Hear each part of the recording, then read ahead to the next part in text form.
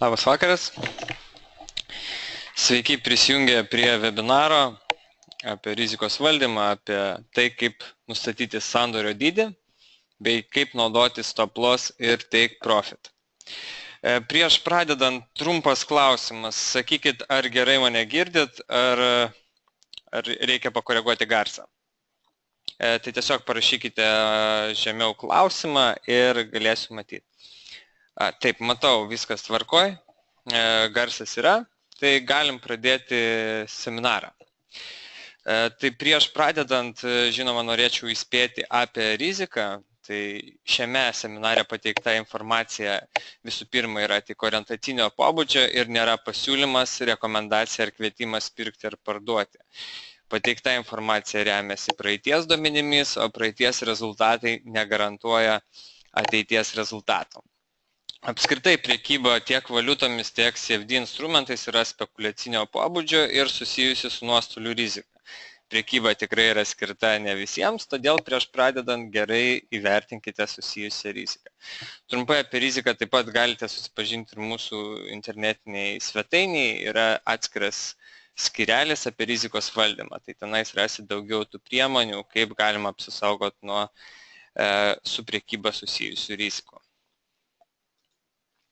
Taigi grįžkim prie šiandienos temos, kuri yra tikrai aktuali praktiškai kiekvienam prekiautojui, tiek pradedančiajam, tiek galbūt pažengę būna primiršę tas pagrindinės taisyklės, nuo kurių pati tiek prekybos strategija negali egzistuoti.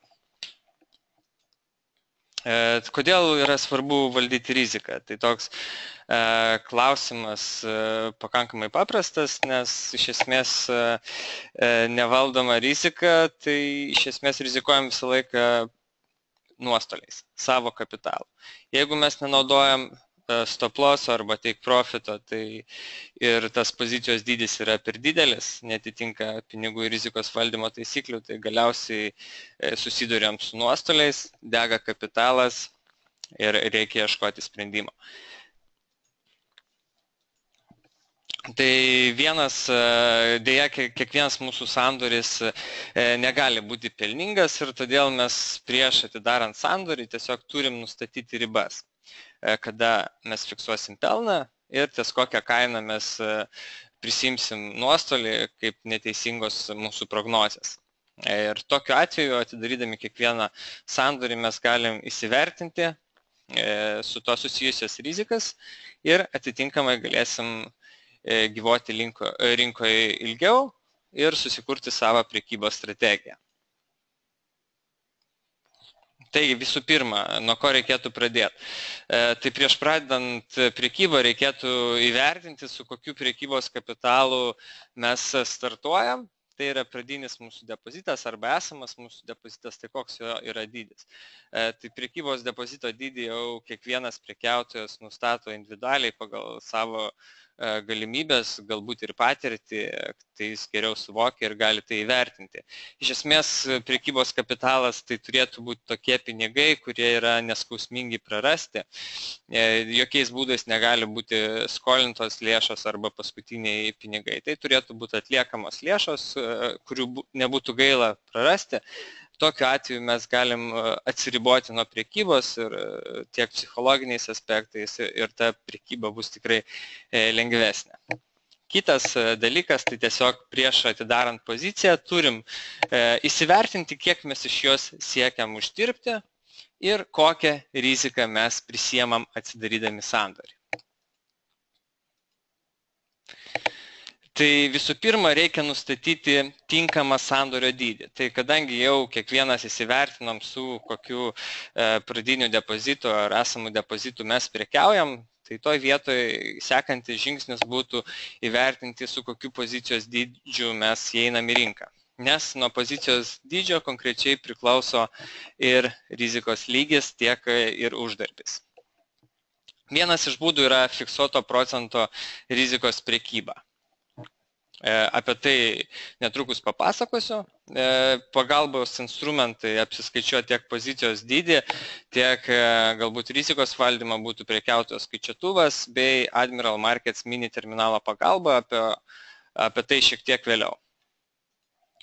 Tai trumpas pavyzdys tiesiog apie fiksuoto procento rizikos prekybą. Pavyzdys pateiktas išnagrinėjant pavyzdį su 10 000 dolerių pradinių depozitų ir kas būtų, jeigu virtinė sandorių iš eilės būtų nuostolingi.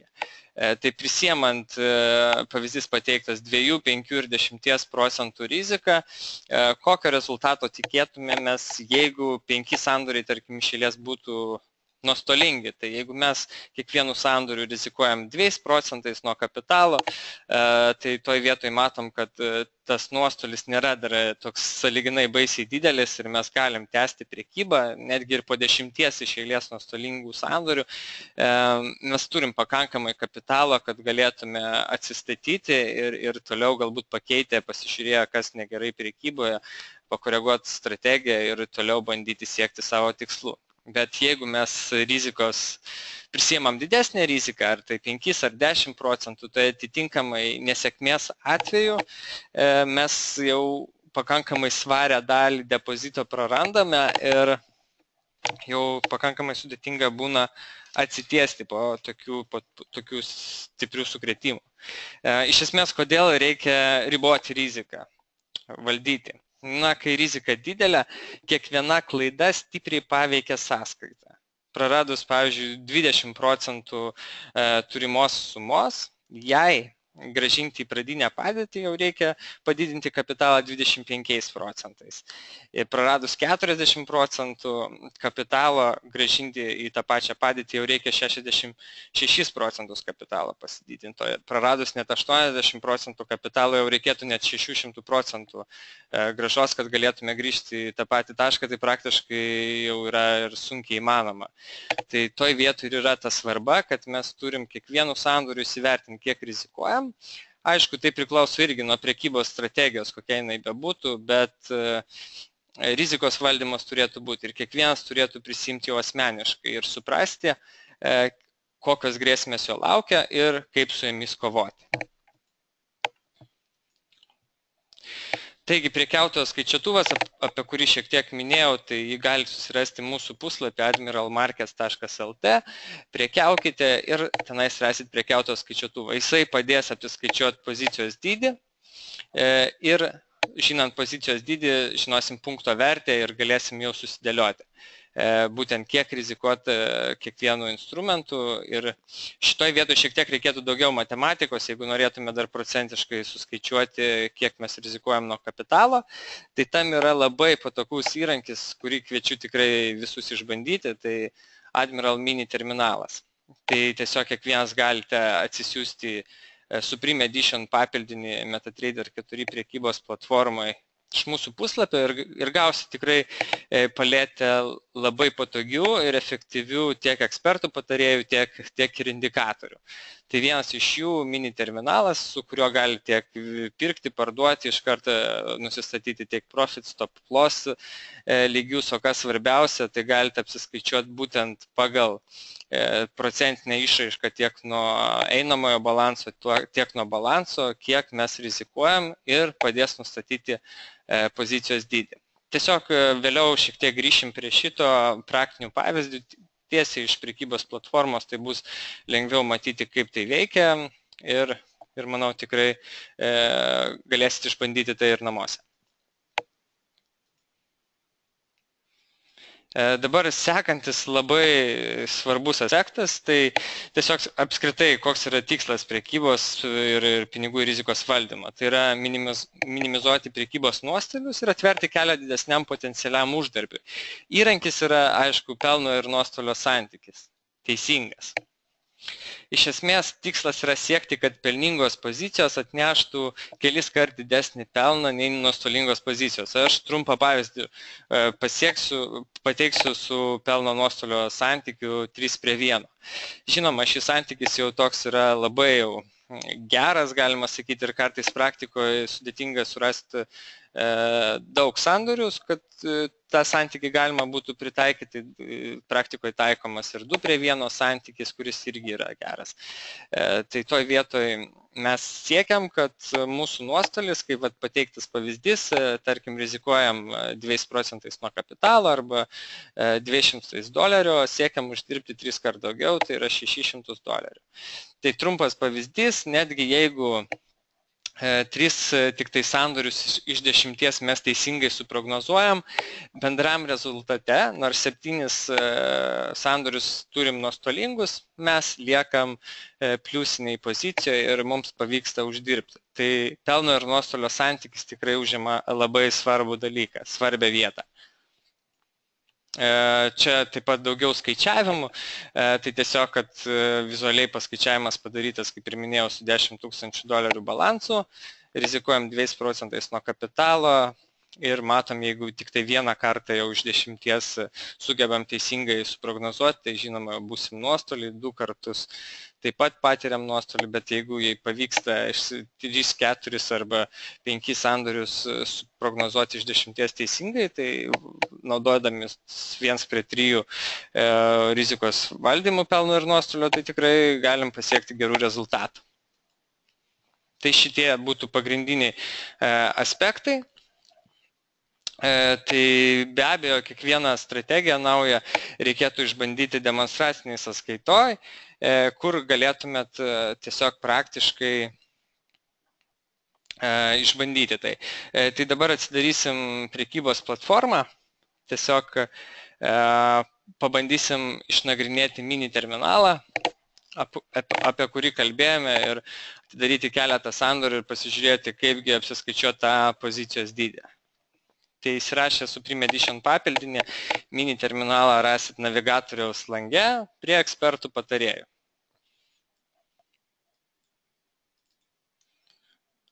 Čia jau jis yra paleistas, bet atidarysim iš naujo.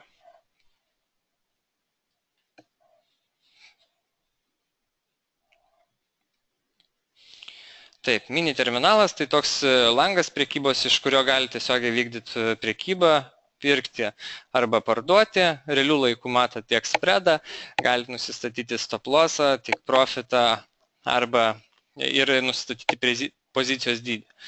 Tai dabar svarbu yra nusistatyti pozicijos dydį. Pradžiai pabandykim surasti kokį nors pavyzdį, kad galėtume įeiti į rinką.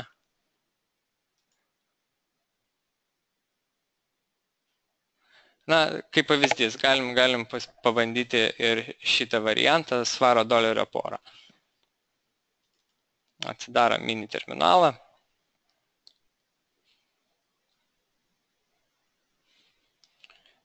Taip, tai visų pirma reikėtų, aišku, nuspręsti, ką mes norime daryti. Kaip pavyzdys, jeigu mes atidarysim čia sandorį, atsidėsim stop lossą už viršūnių, tikimės, kad kursas kris. Čia punktų, pasižiūrim punktų skaičių. Už viršūnių galim atidėti kažkur 35 punktais. Taip, tai stop lossas mūsų bus 35 punktai. Dabar paspaudžiam Ctrl mygtuką ir ant lotų vietos ir atsidaro mums papildomą lentelę. Tai čia labai svarbi funkcija mini terminalo, kurią tikrai kviečiu visus naudoti. Tai naudodamėsi šią funkciją tiesiog turim stop lossą ir galim paskaičiuoti pozicijos dydį. Norim rizikuoti, pavyzdžiui, 2% nuo savo kapitalo ir mums parenka pozicijos dydį, su kurio galim atidaryti sandorį. Tai šioje vietoje, norėdami rizikuoti tik 2% nuo kapitalo, turimam balansui, galima atidaryti 0,12 loto poziciją. Tokią mes ir įrašom. Išlaikom santykį.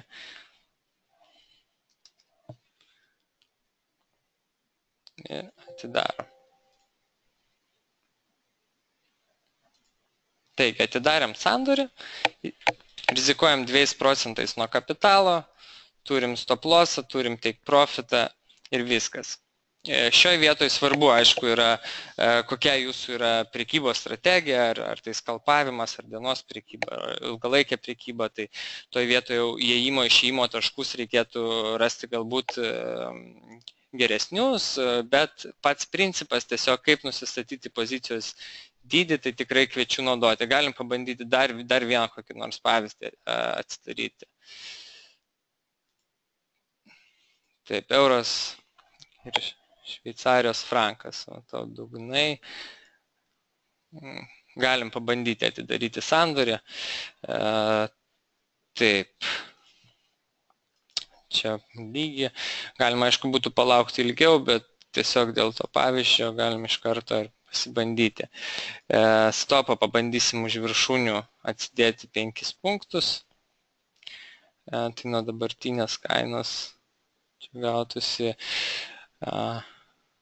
apie, galim grubiai 30 punktų atsidėti. Pasileidžiam mini terminalą.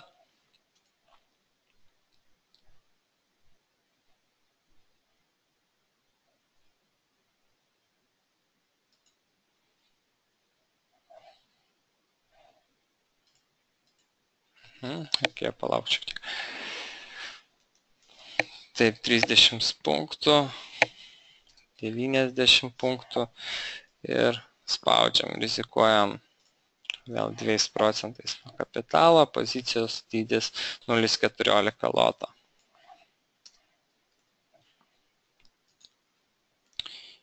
Ir taip, turim atsidarę sandorį. Galim pasižiūrėti, kaip jisai pas mus atrodo vizualiai. Vat. Stop atsidėjom už dugnų ir tikimės atšokimo ir būtent pagal pinigų ir rizikos valdymo taisyklės yra atidėtas būtent šitas sandoris. Balansas šitoj vietoj yra 2000 maždaug ir būtent tokios pozicijos prie tokio balanso buvo pateiktos naudojant mini terminalą. Tai dabar šiek tiek galbūt sugrįšime į mūsų puslapį, kur tiesiog parodysiu vietą, kur galite atsisiųsti Supreme Edition papildinį. Taigi, užeikime į Admiral Markets puslapį, skirtukas yra platformas. Ir štai čia yra MT4 Supreme Edition papildinys. Papildinį galite atsisiųsti nemokamai. Jisai, jeigu nesate dar mūsų klientas, tai demo sąskaitoj galioja 30 dienų, tai tikrai galite naudotis visomis jo funkcijomis. Realių sąskaitų turėtojams šis įskaipis prieinamas nemokamai ir neribotai tiek demo sąskaitose, tiek realiuose sąskaitose. Tai plačiau apie funkcijas taip pat rasite šiame skyrelyje ir galėsite išsibandyti demonstraciniai sąskaitoj. Kitas įrankis, apie kurį kalbėjau, tai yra prekiautojo skaičiuotuvas. Tai tikrai prieš pradedant prekybą naujų prekybos instrumentų kviečiu pasinaudoti būtent prekiautojo skaičiuotuvu ir sužinoti svarbius dalykus. Tai kas būtų, kokia yra punkto vertė, koksai svertas ir taip toliau. Tai visą tai galite apsiskaičiuoti skaičiuotuvo pagalba. Tai vat pavyzdys euro-dolerio valiutų pora, sandoris vieno loto, svertas 1/500. Taigi sandorio dydis yra 100 000 bazinės valiutos vienetų ir punkto vertė sandoriui yra 9,37 €. Tai toj vietoj vieno punkto pasikeitimas, o punktas yra 4 skaičius po kablelio, būtent lygus 9 eurams. Žinodami, kiek kinta per dieną kursas, galime apsiskaičiuoti, kokio pelno tikimės ir naudodamisi būtent skaičiuotuvo pagalba. Bet šiek tiek patogesnis įrankis pačioj platformoje yra tas mini terminalas, bet prieš naują instrumentą pradedant, tai tikrai pasižiūrėkit, nes šitoje vietoje matysit ir koks yra swap dydis tiek sell, tiek buy pozicijoms ir matysit sverto reikšmę. Iš esmės rizika priklauso konkrečiai ne nuo sverto, o nuo nes jeigu mes pakeisim, dabar turim svertą 1/500 ir mums rezervuojasi 200 eurų sąskaitoj, punkto vertė yra tokia, ar ne? Jeigu mes turim mažesnį svertą sąskaitoj, tai atitinkamai tiesiog mums daugiau lėšų rezervuosi sąskaitoj. Šioje vietoje 1000 eurų rezervuosi sąskaitoj, punkto vertė išlieka ta pati. Tai vieno punkto pokytis atnešti tokį rezultatą. Tai svertas iš esmės pats iš savęs rizikos šioje vietoje neturėtų. Jeigu neteisingai mes naudosim svertą, tai tada aišku bus ta rizika, bet rizika iš esmės priklauso nuo pozicijos dydžio. Tai svarbu prieš pradedant priekybą būtinai nuo to ir pradėti, įsivertinti savo kapitalą ir su kokia pozicija galite prekiauti. Pozicijos dydis skirtingiems priekybos instrumentams tikrai skirsis, ar jūs prekiausit indeksais, ar žaliavom, ar akcijom, tai tiesiog šioje vietoje prieš pradedant priekybą sužinokite sandorio ypatybės. Tai ką, ačiū, kad buvot su mumis. Iki malonaus, sėkmės priekybos, valdykit savo riziką. Iki.